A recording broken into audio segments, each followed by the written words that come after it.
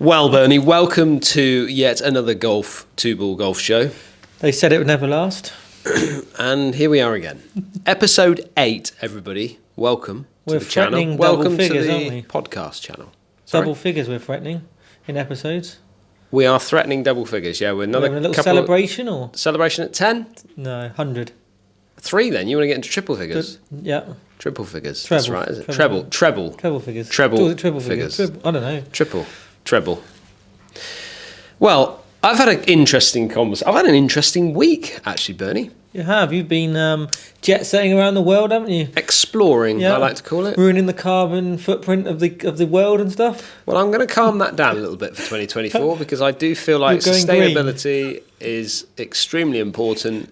And actually, tell you what I didn't realise, and I've had the opportunity this week to spend another week over in Mallorca where they do the race to Alcanada or the race to Mallorca finals, which is the Challenge Tour finals. Yeah.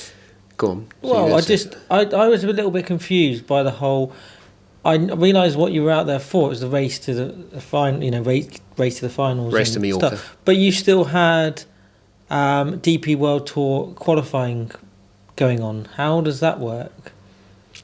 Because not everyone that played in that event though will get a tour card, will they?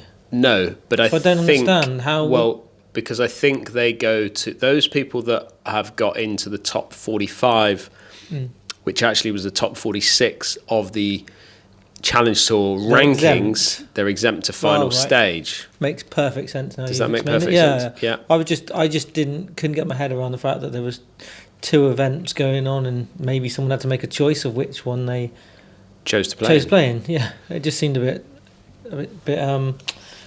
strange. But yeah, no, that makes sense. No, it makes sense. Yeah, they get through to the final bit. Yeah. Now you've nudged me off track there because I was actually trying to get on to the fact that the DP World Tour, and I reckon this is going to be video number 4 that I mentioned this, but I do like it. I think it's a good thing that they're doing this. So the DP World Tour have got this all about sustainability, all about they want to make themselves super green by the time they get to 2030. Okay. And they've got this, it's called Green Drive. Right. Green Drive. And on the 15th hole at Alcanada, they push the tee right up to what would be probably, I would say, the ladies' tee.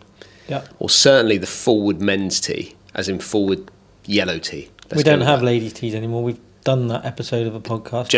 Gender neutral. Correct. Neutral, gender neutral. Yeah. Anyway, forward tee, second tee in from the forward tee, right, which was 290 yards to the middle of that green. Yep. And by what they do is that every location that they go and play a tour event at, their goal is to plant 2,000 trees in that location. So they will plant 2,000 trees in and around the Alcanada, Mallorca area. Yep. Spain, I assume. But if a tour player drives the green, they plant a tree. They will plant an extra 100 trees. Crikey. That is a big commitment, isn't it, to trees and the environment. It's good though. I like that. I like little initiatives like that. It makes the competitors, the players, actually then feel like they're contributing and helping in a way, doesn't it? If they drive it onto the green, those 100 trees, and it's... Yeah, I'd want the trees named after me or something, wouldn't you? Would you? Like, there's 100... I've just popped it on the middle of the green. I want 100 trees named after me. I want, Yeah. Bernie's Meadow or something. Or Bernie's Meadow. Or something like that, similar. Bernie's Forest. The forest. So Yeah, I just think sustainability is such an important part, obviously now. But by 2030, I mean, you got to think, right? When a DP World Tour brigade, I call them the brigade. Yeah. I mean, it's a travelling circus. It is. There are trucks everywhere. There are people that work in the media department. There's people that work in the rules department. There's people that are running the tournament. There are trucks and all sorts going on. Yeah. How many flights are there to create the DP World Tour and Challenge Tour? Yeah. For players, caddies, workers, whoever. Do you remember, I just completely sidetracking, nothing to do with golf, but I think it was the G4 Summit where they were talking about sort of reducing carbon footprint and stuff, and they all flew into, like, it was, I can't remember where the actual remote place that they had it, maybe somewhere in Scotland, but all these world leaders flew in from all over the world on like private jets and stuff, completely like, and the irony of the whole thing, trying to save the planet and, you know, not making an impact, and then flying private jets into places. Well, it's a bit like that. It's ridiculous, isn't it? It's a bit like the what's that girl called? The girl that goes around and protests about everything, and she's I can't remember her name now. She's certainly from, like, I think she's from Denmark, or I don't know, one of the Scandinavian countries. But like she's not. Sorry, Jord? Greta Thunberg. She's not walking to places, is she? She ain't sailing, is she? No. She's not sailing. She's not using the wind to get her from A to B, is she? No, she's definitely not. She's going in, protesting, and then getting her first-class flight home. Do you know what I mean? Do as I say, not do as I do. Correct. It's funny, isn't it? That's not funny, but that's what my old man used to say. Yeah. Do as I say, not as I do. Yeah, but I mean, with the whole initiatives and stuff, there are some really good and positive things that various organisations are doing. I mean, this year's Open, we loved them, the water bottles. Yeah. So we were buying, for anyone that didn't attend the Open Championship, this year they were basically selling water bottles. I think they were £7. Cheapest thing you could buy at the Open. Yeah, £7.50. They had the Open logo on it. They're a nice collectible item. Yeah. And then they had water stations where you could, once you bought the item, you were allowed to go and refill it. So we just kept refilling the water. So not only good for you personally by staying hydrated, but it was good for the environment, not having all the plastic bottles. And the only thing that I and this is golf related as well, when we went to the non-golf related. No, this is golf related. Yeah? So when we went to the pre-qualifying for the Open, that was the final stage actually at in Wales. Royal Porthcawl. Canned water, weird. First time I'd seen it. Yeah, that water is weird. in a can. Yeah, where you actually open it and then drink it. Expecting it to be fizzy, and it's flat water. I get the reasons for it, but it's just strange, isn't it? How sustainable is that then with the cans? Well, I mean, you can recycle. It's easier to recycle tin or whatever it is. Steel, I think it's tin or steel or whatever it is. Yeah. It's easier to recycle that than it is plastic. I guess plastic's more. I mean, I don't know. Someone will probably know. Yeah. The answer, being very uneducated in that particular aspect, but I think it's probably easier. I suppose it folds down because you stamp on it, don't you, into a smaller area, and then pop it into the bin. So I mean, into the plastic bin. But all the players, the plastic wheelie bin that goes into the big Bifford bin at the end. Anyway, but all the players that play in the Challenge Tour this year, they're all given a water bottle by the tour, which is probably quite nice with your entry. But they're given a water bottle, and then they use that throughout the year. And then there's water stations around that. The idea is that they should fill up really at the water station instead of, you know, bringing their own plastic bottles in. But you could. I was thinking the other week, you could probably single-handedly make a massive impact on the carbon footprint. You personally, by just stop going anywhere. No. Even easier than that. Like by the amount of golf shoes you've got. Yeah, I got a few. But to be fair, 4,000 pairs. But to be fair, they don't all turn up at the same. Like I just look after my shoes, and they last me for years. But how many pairs of shoes does one particular person need? I mean, the amount of time and effort and the carbon footprint for you wearing all those shoes. Yeah. Well, like I've had one pair of shoes all year, and I've just worn them all year. Yeah, well, that's fair enough. I mean, point well made. Very good. But yeah, I think.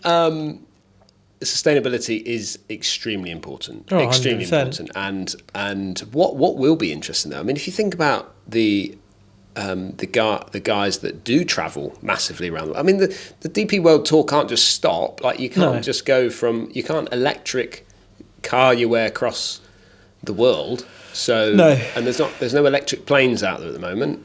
I might see those. Don't think I would let them sort bed in. Yeah, have a few years first just to make sure. Just before, I wouldn't be on the first ever flight. To be fair, would you? No, just well, in case on another flight. You sort of run out of electric in the middle of the air or something. Yeah. And, there's can't really recharge it when you. Yeah, I don't know. I'd let a few people fly on them first if I was you. I think that's very wise. Actually, to be fair, the other one that I spotted when we were at Pula Resort, which is where we were staying over in Mallorca, and then we bussed to Alcanada. Yeah. But at Pula, they had solar panels on the roofs of the buggies.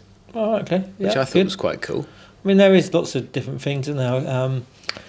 I quite like the fact that some places now you don't even need scorecards, do you? Do it on your phone, so you're not wasting paper and cutting trees down to make scorecards. I mean, you can do it all on your phone, can't you? Enter your scores. Quite a lot of the tours use, I know Euro Pro, and it's gone now, but that was very much enter your scores on your phone. Yeah. When there was COVID and stuff, I don't know whether any tours have continued that or whether they still use a hard copy of a scorecard. I'm pretty sure I'm seeing them still use hard copies on writing stuff down. They're certainly, unless they're writing notes in their pads and their books, I don't know. But yeah, I get it. It's but anyway, the actual event that we went to was fantastic. Another great year of it. Seems to be... It was windy, wasn't it? Yeah, but it seems to be blowing an absolute, what I call a Graham storm for the first couple of days or 3 days. And then always when you get there on the Sunday, it's just perfect. And it was this year. It was absolutely perfect there. But Marco Peng, he was the winner. Yeah. I mean, he absolutely nailed it. He had a few shot lead, didn't he? I mean, I didn't see the final results. I presumed he won. Yeah. But yeah, he was. I watched some of it. It was good that Sky actually showed a bit of coverage of it. Yeah. And full coverage as well. It wasn't just highlights or a few shots. They actually did dedicate quite a lot of TV time. Did you watch a bit of it? Yeah, I watched it. Yeah, I was watching it. Yeah. That's that. I did get text messages from people saying, "Where are you?" Yeah, I didn't see you. I'll be honest. I watched 3 or 4 hours of it. I guess probably. Do you know what? I was the problem. So I was following the final group. Yeah. And I was kind of watching from a distance because I actually bumped into. So I went up to this guy in a buggy, and it was the final group. So when we finished, we were just I was filming and laying down on the putting green and one of the the fifth green because they were already gone through by that point, so I could just do whatever I wanted, which was quite cool. But you normally do anyway. I do, yeah. But so I was trying to work out in my head exactly how the qualifying of the event ended up to be. Yeah. Now you got to remember that there's the top 20 from that event, so the Challenge Tour finals. Top 20 get their tour cards. Yeah. But I couldn't work out how many qualified to get into that event, and then there was the qualifying. I couldn't remember. Anyway, so I just stopped and chatted with this guy who was in a buggy. He looked pretty official. He had his shades on, hat on. So I thought, I'll go and have a chat with him. So I'm halfway through a conversation with him, and he took his shades off. As he took his shades off, I instantly recognised it was a lad called Ben, who is a DP. Ben, yeah. He worked for the PGA for years, and he's actually a DP World Tour referee, and he was reffing the final group. So I then just literally sat back with him, and as he drove his buggy around, I kind of walked along and we were just chatting. Any rules to Well, he was the one that gave me all the information about the sustainability. He then gave me all the information about how people qualified. Yeah. So normally it's top 45 that qualify for, top 45 qualified for the finals. Yeah. But I think you've got to be in a position where you can actually get your tour card. So if you're 46th, but you've got, and the points have not been messed about with or whatever, you may not get. If you're 46, you'd have to win to get in. On the thing, but if you won it and then finished 21st, it's pointless. Pointless you being there. So absolutely pointless you being there. So there was trying to work it all out. Well, this year it was top 45. Well, Alex Fitzpatrick. He was in the top 20, wasn't he? Yeah. Well, he wasn't there, was he? He wasn't there because he'd already secured his tour card. Yeah. So he's already secured his tour card through, I'm assuming, exemptions that he got, and he did well in the Open, and he did well in a number of other events. Yeah. So he guaranteed his tour card. So he pulled out of the event, which what it allowed to happen was it allowed the 46th player to get in. Right. So you'd be thinking, you're rubbing your hands together if you're 46th player to get into that event. So, however, that doesn't make any sense, does it? Because if you think about it, if the 46th player couldn't have won, then why would he be playing anyway? Yeah. So it must be top 45. It must be top 45, and if you're 46th, unlucky. Mm. But I think that's pretty much what it is. Anyway, so obviously Alex Fitzpatrick wasn't going to qualify, was already qualified. Yeah. So with him withdrawing from the event, it meant that because he was already, whatever he had done that week, he'd have finished 11th. So he finished 11th in the total running for the Challenge Tour for this year. But it meant that instead of it being top 20, it was the 21st position was going to get in. So that then drags more people into the event? I think so. God, it's complicated, isn't it? So complicated. That's a full-time job working it out. Oh, well, and this is the problem, you see. So as you're playing, and this is where I think there was some confusion possibly, because I was chatting to Joe the Pro on the way home from the airport, and he was sort of saying, I was watching it, because he had a friend of his playing in it, a lad called Oliver Farr, who didn't do so well. Didn't get far? Bernie. Anyway, so Joe was saying that when he was watching it, he was a bit confused of exactly what was going on. Yeah. Well, when I was driving along chatting with Ben, he was telling me that he just got a result in on his earpiece to say that what's the Welsh golfer called? Stuart Manley. Stuart Manley. God, I know exactly what you're thinking. It's weird, isn't it? We've been hanging around too long together. Stuart Manley had just posted like a decent score. I think he shot 1 or 2 under in the last round, which was always good round there. And he is now on the 21st bubble. Okay, so he's right on the limit. So he's right on the limit. Yeah. There's another player, so that was that. They're coming up 18, right? And you got to remember, it turns into a massive party when it's all done and dusted. But there's, they're fighting tooth and nail to get to that top 20 spots, because if you don't finish top 20, you're done. You're back in the Challenge Tour for the next year. Yeah. So I think his name is Thompson Robson. Double barrel name. Thompson Robinson Thompson. One way or another, I can't remember exactly what. He's coming up 18, okay? And do you remember Ryan Fricker? Yeah. So Ryan was caddying for him. That guy played in the Open Championship. Correct, he did. I think he made the that cut. name then, and I remember Ryan walking around. He was his coach. On, say, Tuesday or Wednesday, taking notes and talking to him as he was plotting his way round and planning for the Open. Yeah, I remember that. Yeah, so Ryan Fricker is a lad from Devon. He's a local lad, so he's been coaching him. Anyway, he was caddying for him, and they're coming up 18. Yeah. And he's in a tie for 4th position. Okay. But the guy that he's playing with is in that tie with him. Right? Now, in order to get his DP World Tour card, he needs to finish solo 4th. Wow, okay. Right? In the background, Stuart Manley's watching to find out what's going to go on, because if he birdies the last hole and finishes solo 4th, that bumps Stuart Manley out of the event. So Stuart Manley then is back on the Challenge Tour.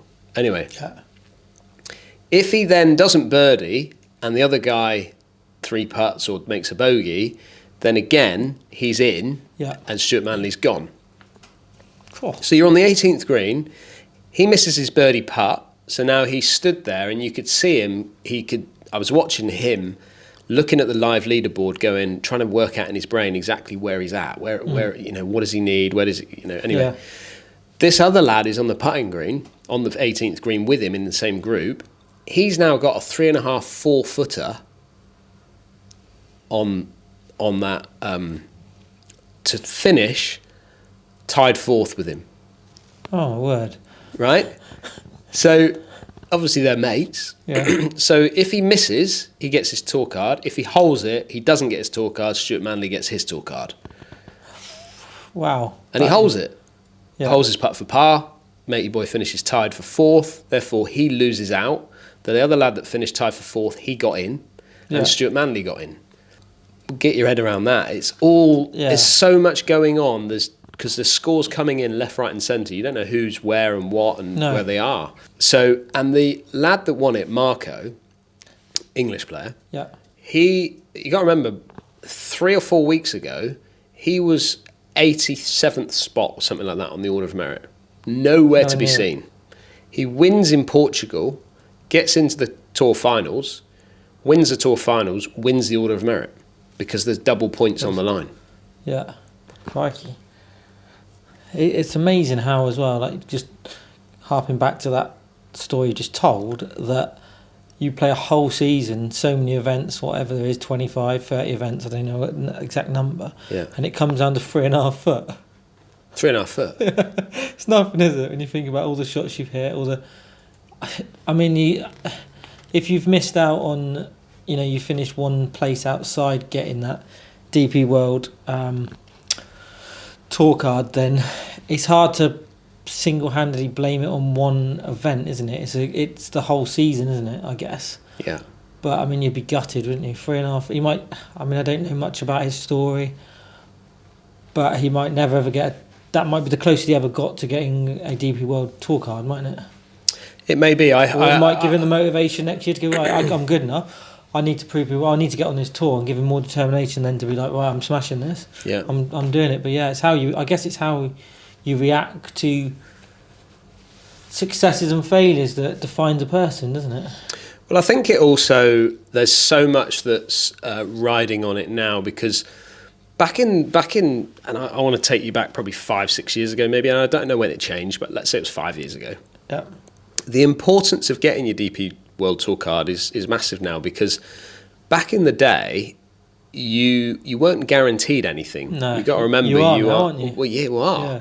Where, if you got your tour card, then it was down to you to go off and find some sponsorship to again cover your season, or have somebody in the background, your parents, that can cover a probably £100,000 bill at the end of the year. 100%. It was all you could almost get to the pinnacle of golf and get your tour card, but have a negative season where you basically spend an absolute fortune and make yourself in massive debt, and not actually make that breakthrough that you need. Whereas now, I know you're going to explain it because people probably aren't too aware of what the situation is, but it's a much better position to be in, and chasing that dream of getting your tour card, you're going to benefit whether you have a good season or not. Absolutely. And the situation is now that if you get your tour card, so whether that comes from whatever tour player gets their tour card, they're guaranteed 150,000, let's say euros. Yeah. Okay. So 150,000 euros. There's your money. Welcome to the tour. Off you go. Thanks very much for the money. I'm not playing this year. Yeah, I'm buying a house and renting it out. You can get a decent house in Newton Abbot or Torquay for that. Yeah, you probably could. But what it just makes a massive change to your way in which you travel to events, the way in which you can bring maybe family members along to events, all these little things where it makes such a difference. Do you remember the Gordon Sherry story? No, I don't. You never heard that story? I mean, obviously over the years stories get slightly exaggerated and changed, and from when they get passed down, like Chinese whispers gets passed down the line, it changes. The story generally gets better and better. But the story I heard is Gordon Sherry was like an up and coming, I think he was Scottish, was he? Was he Scottish? Yeah, he's Scottish. Scottish golfer who, in the sort of early 90s, I want to say, was making a bit of a breakthrough as an amateur, and then he played in the Open Championship, I think, as an amateur, and finished. He did like a bit of a Justin Rose. Well, he won the silver medal. Yeah, he won the silver medal. Had a really good. He won the British, I think, to get into it.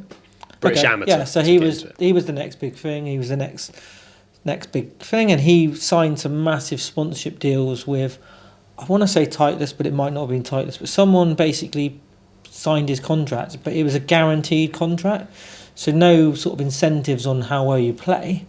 But they presumed he would, be the next big thing. And he, if I get this right, and I might be slightly wrong, but he played in his 7 or so invites after the Open Championship and didn't make a cut, and then went to tour school and didn't get a card. And he was basically playing. He didn't play Challenge Tour because he wasn't getting any starts. So he was playing Euro Pro, but he was guaranteed whatever it was. Let's say £500,000 off Titleist or whatever it was. And he was using basically flying into Euro Pro events because they were more scattered around Europe then. I mean, now the last few years it's been more or less round England and the UK, hasn't it? But they were more sort of in extreme locations. But he was getting private jets and helicopters and all sorts and flying into these events, and basically didn't ever really make use of his potential. But he had a guaranteed contract, and I don't know how many years it was, but it was quite a lot of money he was guaranteed. Is that right? Yeah. Well, it's interesting you mention him because he actually works for I'm pretty sure he works for a recruitment agency now, Yeah. who help kids get into colleges in America. Okay. And I know that's something you've got a bit of a passion about, isn't it? yeah, massively, yeah. And it brings on quite nicely to the next subject in the fact that I had a phone call this morning. Well, not a phone call, a message this morning from our good friend, Craigie Passmore has been on my channel a couple of times, member at Torquay Golf Club, young, up-and-coming whippersnapper who hits the ball 320 yards in the air. Oh, he's lost distance, has he? He's lost a couple of yards, yeah. He obviously went off to America to live the college dream. Yeah. And can you believe it? He is coming into his final... It's gone so quick, isn't it? Semester. So he finishes so he'll be home for Christmas and then he'll go back out and he'll finish in May. So for those that don't know, basically I used to teach Craig when I was PGA assistant at Torquay, and I've known him since he was like 3 when he had his first lesson, and he looks exactly the same now as he did then, like curly hair and... Well, he had that little moustache, did he, back then? No moustache. That's all right. But no, so I've known Craig, 18 years, and followed his journey all the way through, and a really nice lad to start with, isn't he? And a really talented golfer. Yeah, well, he is, and his talents have taken him obviously all the way to I think Grand Canyon University out in the States. They've obviously helped him become the number 1 player from Torquay, one of the number 1 players at the county for his kind of age group, I suppose.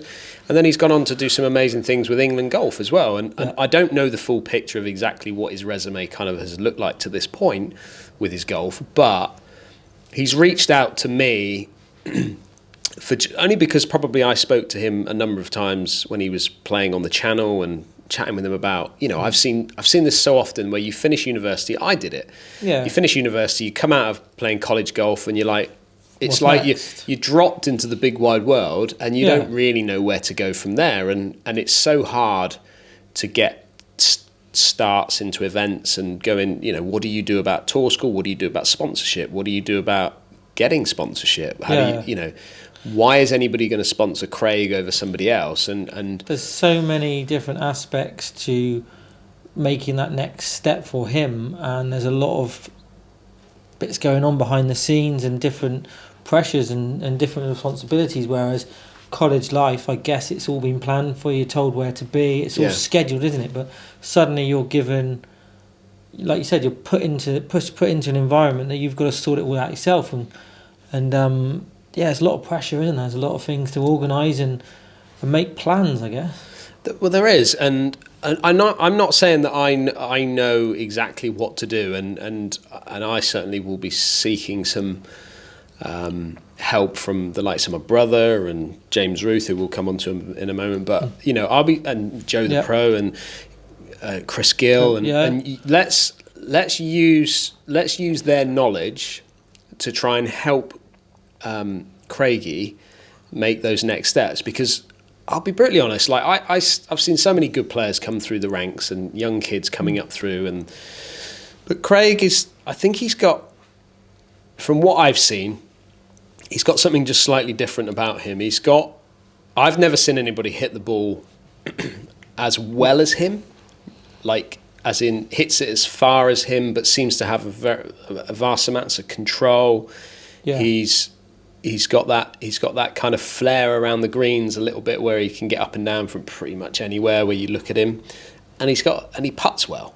See, I feel like he could still hit it further. Yeah, probably with the right. I don't know what he's been doing from a coaching element and things, and people put him in the hands of people like JJ, who I went to see down in Tarablanche in France, who helped design a lot of the force plates work stuff. It'd be really interesting to get him on those force plates, and I'm sure when JJ moves over to Stoke Park in April next year, that maybe we'll get him up there to see him. But I just want to help him in some way, shape or form, whether that's knocking on the doors of those promoters to get him into events, or I don't know, just using the channel to maybe help gain some sponsorship for him, or expose him a bit more on the channel where he's then a sponsorable project as a young kid. if there's anything I can do to help, then obviously let me know. Yeah, I mean, he's not only a talented golfer, like I said, but he's a really, really top lad, isn't he? And he's just there's no airs and graces to him. There's no arrogance to him. He's down to earth. He's got a working class background with his parents, and he's grounded, isn't he? So grounded, yeah. I would love. It'd be great to see someone from the area who we know to really give it a good go. And I think that you are in a position that you could really help him, and with your contacts, and you know, we've met a lot of people in the last 3 or 4 years since we've started the YouTube journey. Yeah. That we know that there's a lot of good people about that could help him, and we're lucky enough that we've got, you know, like your brother James, Gilly, Joe the Pro, that have had that experience, who are really nice lads who I'm sure would help him or be in a position to offer some sound advice which will put him in good stead for the future. Absolutely. He's got a long way to go, but we'll keep everyone it's exciting, in the loop. It's exciting. It is exciting. I'm excited to have the first conversation with him to see exactly what his sort of goals are, what he wants to achieve with it all. I can see it now. DHG management. Oh, crikey. Let's have another project, shall we? Just what we need. Whilst we're sticking on the subject of tour golf, I'm not going for it. I've decided this year. Have you decided? Give me another year, yeah. I tell you what, I've never seen anyone so enthused about their golf after walking off that Open Championship qualifier with my brother going. I've done a good year. I'm ready. I'm ready for this level of golf. Dan, you'll be on the bag for me next year. Paul will be filming. I was ready to caddy again next year. It does inspire you, though. When you go and watch these players, it does inspire you. You do look back and you go, oh, please, can you just rewind the clock 20 years ago? Let me start all of this again. See, I feel totally different. I'd look at them and think, no, I could never have got to that level. It's so, there's so many great golfers around, and the standard is so high. It's great to see, but it does. You go into a particular tournament, or, you know, caddying for Paul was a really good experience for me in that environment. I actually loved it. And if he wants me to do it next year or in any other events, I'd love to. It's just good.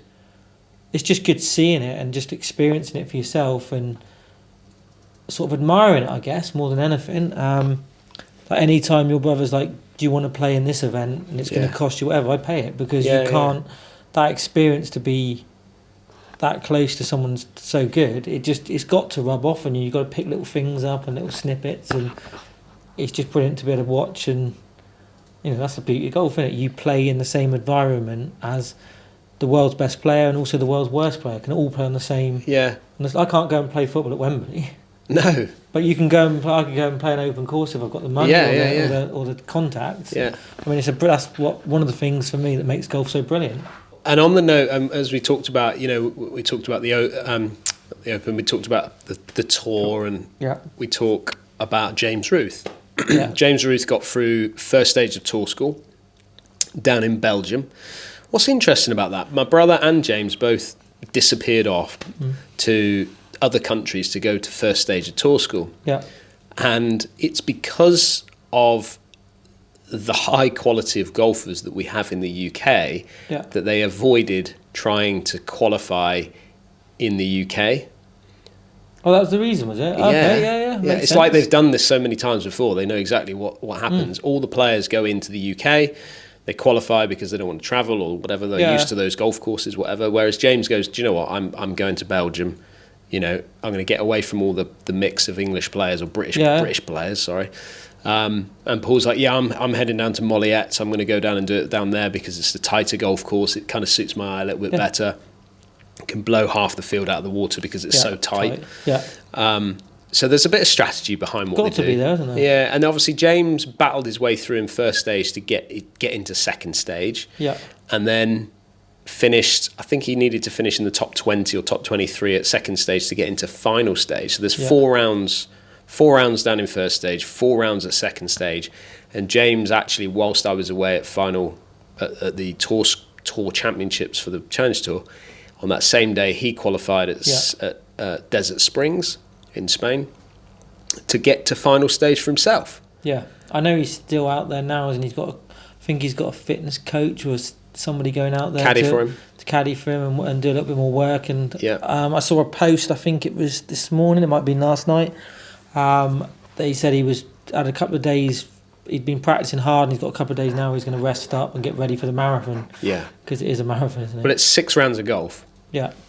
And there is a cut. There will be cuts throughout. I got a funny fit. I think it's 2 rounds cut, 2 rounds cut, and then. Yeah. But I might be wrong. That might be 4 rounds and a cut. And he's then done last 2 rounds. Brilliantly, considering he's had a few issues and injuries. Yeah. And I saw him at Staden Heights Alliance. Probably it must be a month ago now, and I played with Paul, and he was that was the first day, I think, or second day he was actually making full golf swings, and he said to me, I hadn't actually swung a golf club properly for 4 weeks, and I said, well, don't worry about that, I've not swung a golf club properly for 40 years.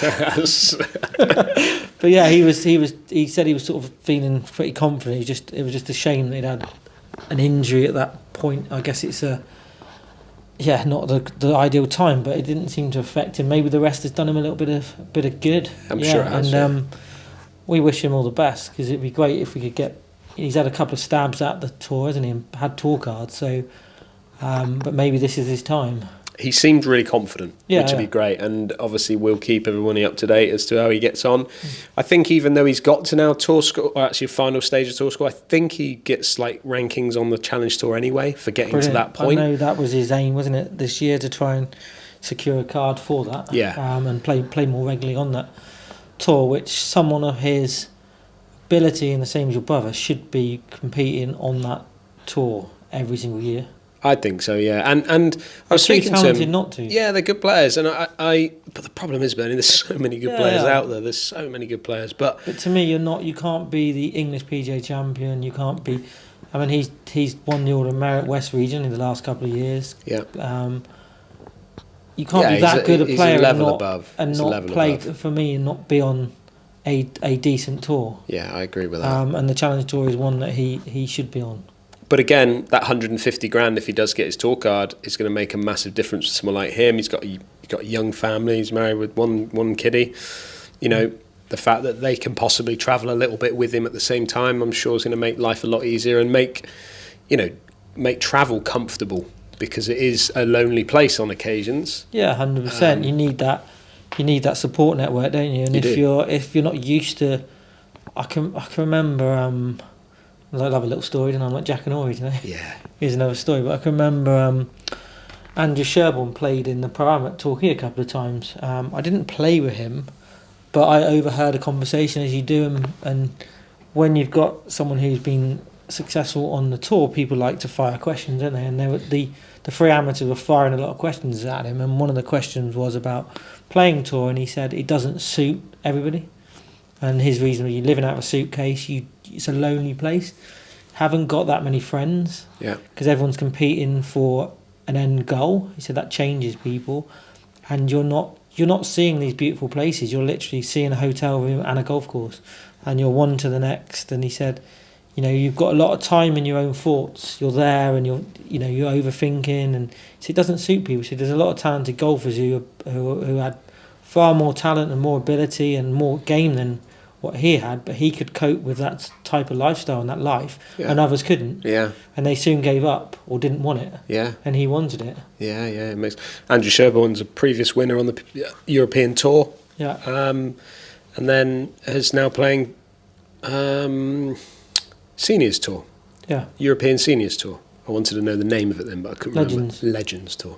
There's not much money on the Legends Tour. I looked at it the other day. There's not. No. I've been, obviously, with doing this particular podcast, I've had to try and broaden my horizons a little bit and just learn a little bit more, and dig a little deeper, do a bit of research, and just looking at different tours, because we do talk a lot about tours.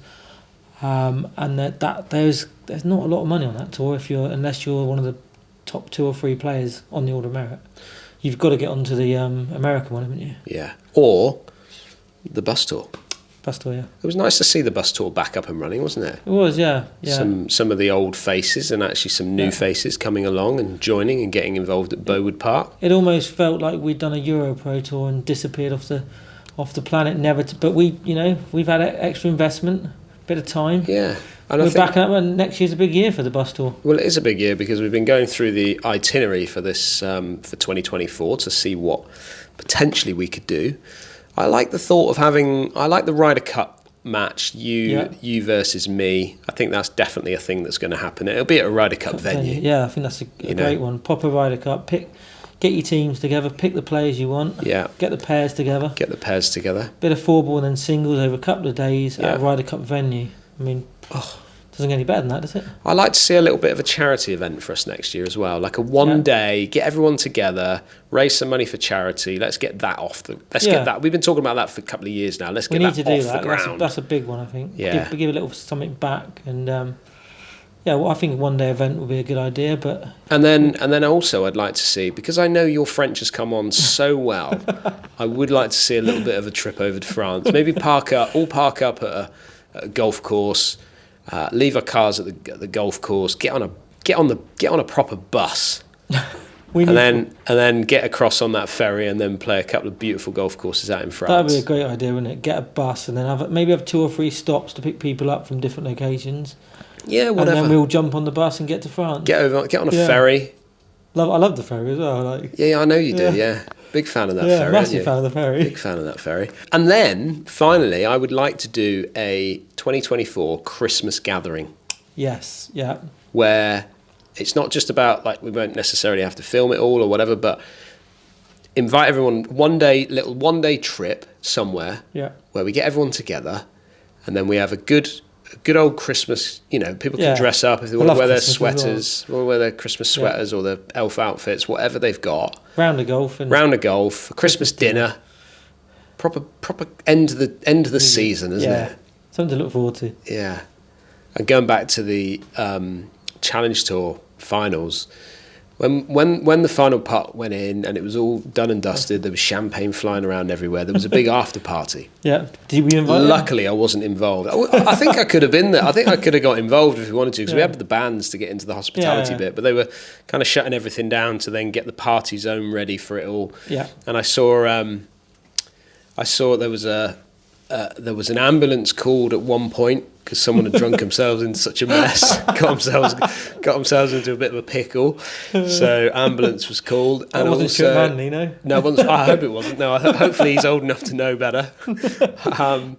But I did see a video of all the guys that had the top 20 guys. Manacero was there. I think I saw it, actually. Did you see that? Yeah, they all stood in front of the banner, weren't they? And they were throwing things up. No, it was the after party bit of that. Yeah, right, it was beyond beyond that. let's push it on 3 or 4 hours. And they were all in this big tent. Obviously, like the hospitality tent that you see on these big events, and they were singing. You know the song "We All Live in a Yellow Submarine." Yeah.